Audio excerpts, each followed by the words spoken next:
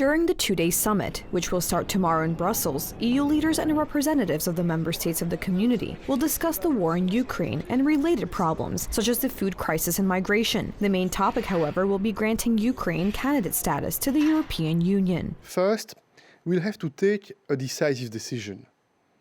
I believe it's time to recognize the European perspective of Ukraine, Moldova, and Georgia. The future of these countries and their people lies within the EU. And more specifically, my intention is that we decide to grant candidate status to Ukraine and Moldova.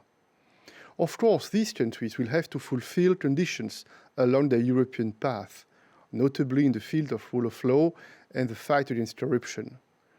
The people of Ukraine have chosen freedom, democracy, and the European future. Yesterday, EU ministers for European affairs agreed to include provisions in the applications regarding the granting of candidate status to Ukraine. The document stresses that the progress of any country towards the Union will depend on its progress in meeting the Copenhagen criteria and on the Union's ability to admit new members, and this may take some time. The negotiation and discussion process of each country is a long-term process. In this case, it may be very long due to various reasons. However, nations that decide to join the EU and gain the status of a candidate country have to fulfill the so-called Copenhagen criteria, and this also requires a lot of negotiation discussions. Even if we look at the time that Poland devoted to it, the few years after the political changes after 1989 until joining the European Union, and the obligations that Poland had to fulfill, for example in the field of environmental protection, or in the principles of public aid or in agriculture, they required many actions, the so-called pre-accession ones, and at this stage today will also be the Ukrainian state after this summit,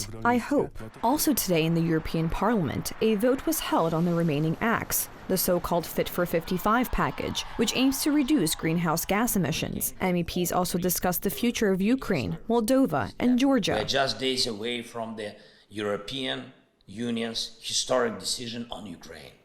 And I am sure that none of us, none of you, have any doubt that Ukraine should get a positive decision. We deserve it. And we deserve it not only for our bravery and our fight for freedom.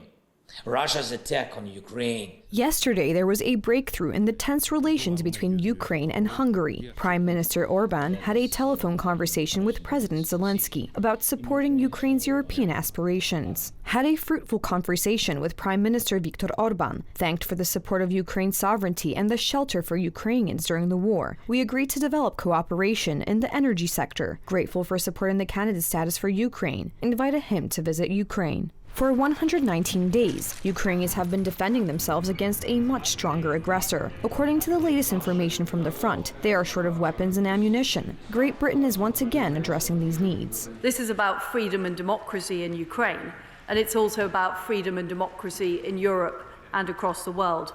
That's why we're determined to provide more weapons, impose more sanctions, and back Ukraine in pushing Russia out of their territory. The German Chancellor Olaf Scholz made a similar statement, expecting not only further sanctions from the European Union, but also greater military support for Ukraine.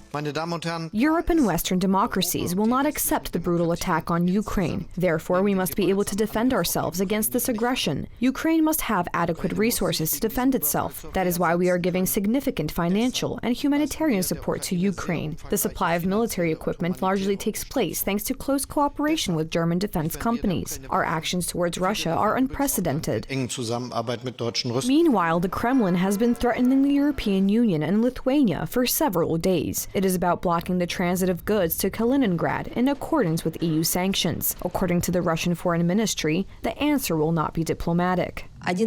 One of the main questions was whether the answer to Lithuanian actions would be exclusively diplomatic. The answer is no. The reaction will not be diplomatic in nature, but rather a concrete action. The European Union and Lithuania were informed of the need to amend their decision. We will notify you about our further actions when they are agreed. Kaliningrad is strongly affected by Western sanctions. The Lithuanian embargo on the transport of goods covered by European sanctions affects all citizens. Many plants in the Kaliningrad Oblast have suspended production, and employees are sent on holidays. Building materials, paint, varnishes, alcohol, and some food products do not reach the Russian exclave. From August 10th, the situation will worsen. Lithuania will stop allowing trains and cars carrying coal, oil products, as well as electronic equipment and household appliances to pass through.